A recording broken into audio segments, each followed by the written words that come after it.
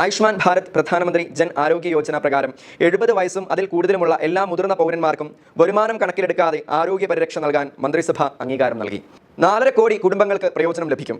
PMJAY എന്ന പദ്ധതിക്ക് കീഴിൽ 70 വയസ്സും അതിൽ കൂടുതലുമുള്ള എല്ലാ മുതിർന്ന പൗരന്മാർക്കും വരുമാനം കണക്കിലെടുക്കാതെ ആരോഗ്യ പരിരക്ഷ നൽകുന്നതിന് പ്രധാനമന്ത്രി ശ്രീ നരേന്ദ്രമോദിയുടെ അധ്യക്ഷതയിൽ ചേർന്ന കേന്ദ്ര മന്ത്രിസഭ അംഗീകാരം നൽകി.